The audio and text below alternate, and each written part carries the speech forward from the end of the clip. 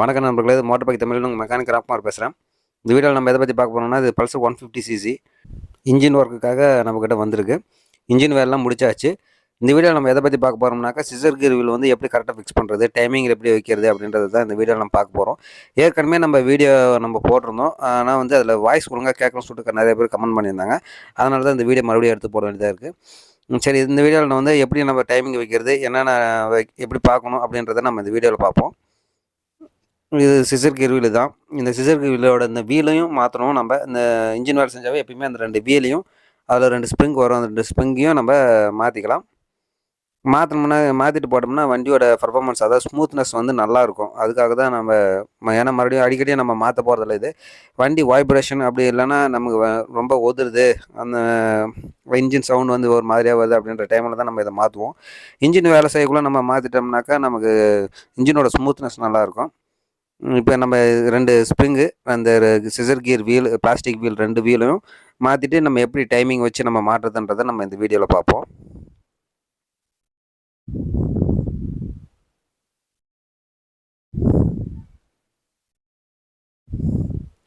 Okay, நான் 2 scissor கீர் wheel வந்து plastic wheel 2 வாங்கிட்டு வந்துட்டேன். ஸ்ப்ரிங் 2 வாங்கிட்டு வந்துருக்கிறேன்.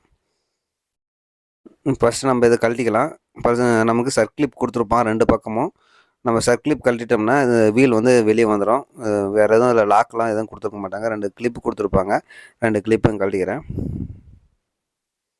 அவ்வளோதான், சும்மா தான் இருக்கும் வீலு. அந்த ஸ்ப்ரிங்கு ஒன்று இருக்கும்.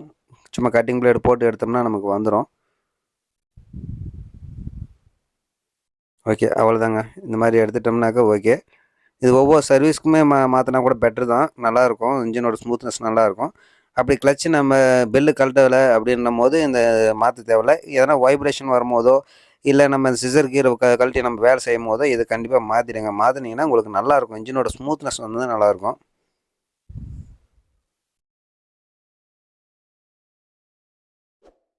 ஓகே, 2 ஸ்ப்ரிங்கு 2 வீலையும் நம்ம இப்போ கழட்டிட்டோம். சுத்தமாக தொடச்சிக்கலாம். தொடச்சிக்கிட்டா கொஞ்சம் வேலை செய்யறதுக்கு நல்லாயிருக்கும்.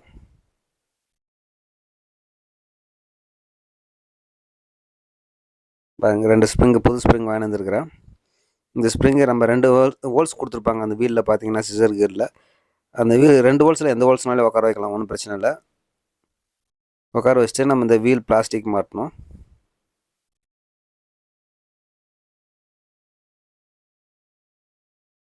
இந்த பிளாஸ்டிக் வீல்லையும் பார்த்தீங்கன்னா 2 ஹோல்ஸ் கொடுத்துருப்பாங்க. அதில் எதனாலும் உட்கார வைக்கலாம், ஒன்றும் பிரச்சனை இல்லை. இது மாதிரி கரெக்டாக ப்ரெஸ் பண்ணி நல்லா அடி வரைக்கும் போகணும். ஸ்ப்ரிங் அப்போ தான் கரெக்டாக உட்காந்துருக்குதுன்னு அர்த்தம். நல்லா அமுத்தி போய் லாக் போட்டுக்காங்க. சர்க்ளிப் போட்டுக்கலாம்.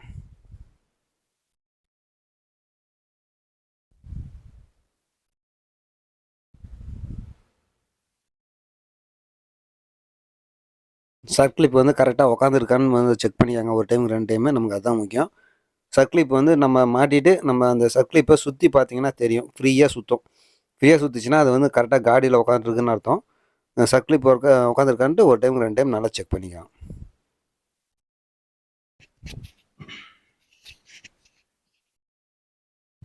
ஓகே, உட்காந்துருக்கு. அதே மாதிரி நம்ம ஆப்போசிட் சைட்லேயே நம்ம மாட்டிக்கலாம். ஒரு ஸ்ப்ரிங்கு,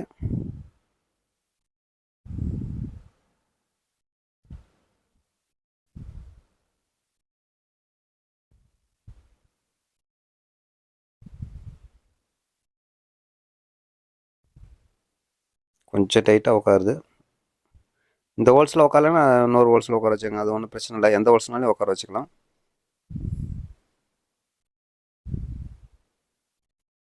ஓகே, அடுத்தது பிளாஸ்டிக் வீல்.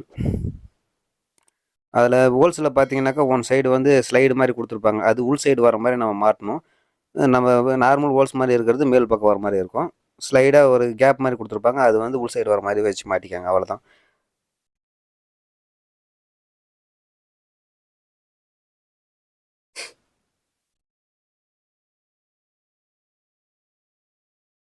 இந்த பக்கம் சர்க்ளிப் மாட்டிக்கலாம்.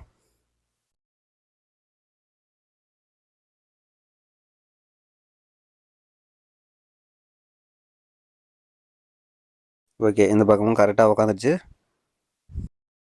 இப்போ இதில் நம்ம கவனிக்க வேண்டியது என்னென்னு பார்த்தீங்கன்னாக்கா, இது 2 பக்கமும் ஒரே மாதிரி லென்த்தாக இருக்காது. ஒரு பக்கம் லென்த்தாக இருக்கும், ஒரு பக்கம் கொஞ்சம் குட்டையாக இருக்கும். லென்த்தாக இருக்கிற பக்கம் உள் சைடு போகிற மாதிரி நம்ம வச்சு மாட்டணும். லென்த்தாக இருக்கிற பக்கம் உள்பக்கம் போகிற மாதிரி இருந்தால் தான் கரெக்டாக இருக்கும். அதே மாதிரி நம்ம சிசர் கீர் புல்லர் வச்சு நம்ம மாட்டும் போது ஆன்டி கிளாக் வைஸில் டைப் பண்ணணும். அதாவது 2.5 மரம் வைப்போம், அதாவது 2.5 பல். ஒரு ஃபஸ்ட்டு பல் வந்து பாதியில் நிற்கும், அதையும் கணக்கு வச்சுட்டா 2.5 பல், அப்படி இல்லைன்னா 2 பல், அரை, 1, 2 அந்த மாதிரி 2.5 பல் நமக்கு கேப் வச்சுக்கணும். கேப் வச்சுட்டு இன்சர்ட் பண்ணிக்காங்க. அந்த லென்த்தாக இருக்கிற பக்கம் உள்ளே போகணும்னு சொல்லியிருந்தேன். அது பக்கம் ஒரு வாசர் ஒன்று வரும். வாசர் வச்சு நம்ம இப்போ டைமிங் வச்சு இன்சர்ட் பண்ணணும். டைமிங் எப்படி வைக்கணும்னு பார்த்தீங்கன்னா, நமக்கு கிராங் ஜிபிடி வீலில் வந்து ஒரு மார்க் கொடுத்துருப்பாங்க, கேஸில் ஒரு மார்க் கொடுத்துருப்பாங்க. அது ரெண்டுமே ஈவனாக இருக்க மாதிரி இருக்கணும், டாப்பில் இருக்கணும். அப்போ தான் வந்து நமக்கு கரெக்டாக இருக்கணும் அர்த்தம். அதே மாதிரி பேலன்சரில் வந்து ஒரு மார்க் கொடுத்துருப்பாங்க வீலில், நமக்கு கேஸில் ஒரு மார்க் கொடுத்துருப்பாங்க. இது ரெண்டும் வந்து நமக்கு ஒரே நேர்கோட்டில் இருக்கணும். இதுதான் நமக்கு ரொம்ப மெயின். அந்த கோடு மாதிரி தெரியுது பார்த்தீங்களா, அந்த கோடுக்கு நேராக இந்த பாயிண்ட் வந்து இருக்கணும்.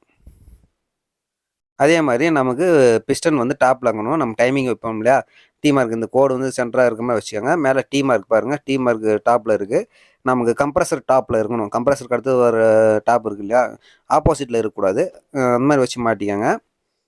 இப்போ நம்ம கரெக்டாக நம்ம பேலன்சரை வந்து நம்ம டைமிங்கில் வச்சு மாட்டிக்கலாம். வாசல் வந்துருச்சு, ஒரே நிமிஷம். பேலன்ஸரை வந்து நம்ம டைமிங்கில் வச்சு நம்ம சிசர் கீர்வேல வந்து உட்கார வச்சுக்கலாம்.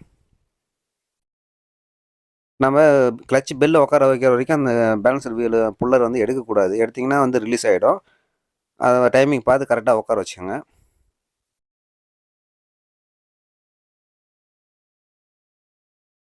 ஓகே, நமக்கு டைமிங் கரெக்டாக இருந்தால் சரி, வேறு எதுவும் பிரச்சனை இல்லை. இந்த சிசர் கீர்வேலுக்கு எதுவும் டைமிங் இல்லை, அந்த பேலன்சருக்கு தான் நமக்கு டைமிங் வைக்கணும். இந்த சிசர் கீர் வந்து சும்மா லாக்கு தான், 2 பக்கமும் டெம்பராக பிடிக்கிறதுக்காக தான் அது. ஓகே, நம்ம இங்கேயும் டைமிங் வச்சிட்டோம், மேலேயும் டைமிங் வச்சிட்டோம், இந்த சிசர் கீலுக்கும் டைமிங் வச்சிட்டோம்.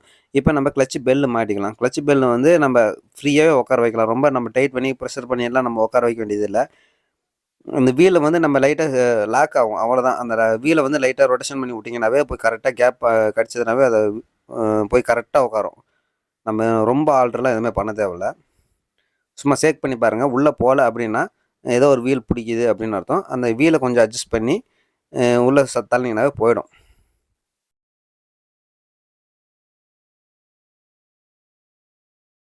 ஓகே, கொஞ்சம் உள்ளே போகல. ஓயிடுச்சு. ஓகே, இப்போ வந்து இந்த நம்ம சும்மா சேக் பண்ணியே உட்கார வச்சிட்டோம். நம்ம வந்து எதுவும் அடிக்க தேவையில்ல, தட்ட தேவையில்ல, ஒன்றும் ரொம்ப ப்ரெஷர் கொடுக்க தேவையில்ல. இப்போ டைமிங் எல்லாம் கரெக்டாக இருக்கான்னு மறுபடியும் செக் பண்ணிக்கோங்க. இந்த டைமிங் தப்பாக இருந்துச்சுன்னா நம்ம மறுபடியும் டைமிங் வச்சு தான் இது பண்ணணும். இப்போ நம்ம புல்லர் எடுத்துடலாம். இதுக்கு மேலே நம்ம புல்லர் தேவையில்ல. ஏன்னா அந்த பேலன்சர் கீர்வேலு அந்த கிளச்சி பெல் ரெண்டுத்துலையுமே லாக் ஆகிடும். இப்போ கப்பு போட்டுக்கிறேன். கப்பு போடுறதுக்கு முன்னாடி ஒரு வாசர் போட்டுக்கோங்க.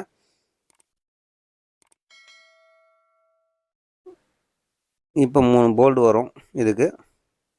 அவ்வளோ 3 போல்ட்டு போட்டிங்கன்னா நமக்கு சிசர் கீர்வேல வந்து நம்ம மாட்டிட்டோம். இந்த 3 போல்ட்டையும் டைட் பண்ணிக்கிறேன்.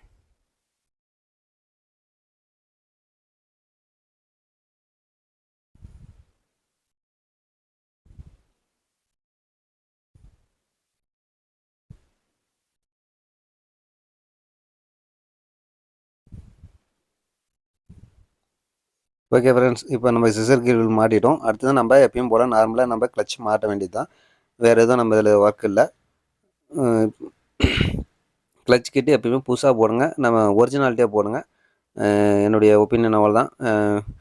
அடுத்த வீடியோவில் மறுபடியும் பார்க்கலாம். தேங்க்ஸ் ஃபார் வாட்சிங். இந்த வீடியோ பிடிச்சிருந்தால் நம்ம சேனலை சப்ஸ்கிரைப் பண்ணிக்கோங்க, நமக்கு சப்போர்ட் பண்ணுங்கள், நம்ம சேனலுக்கு ஆதரவு கொடுங்க. தேங்க்ஸ் ஃபார் வாட்சிங். பாய் பாய்.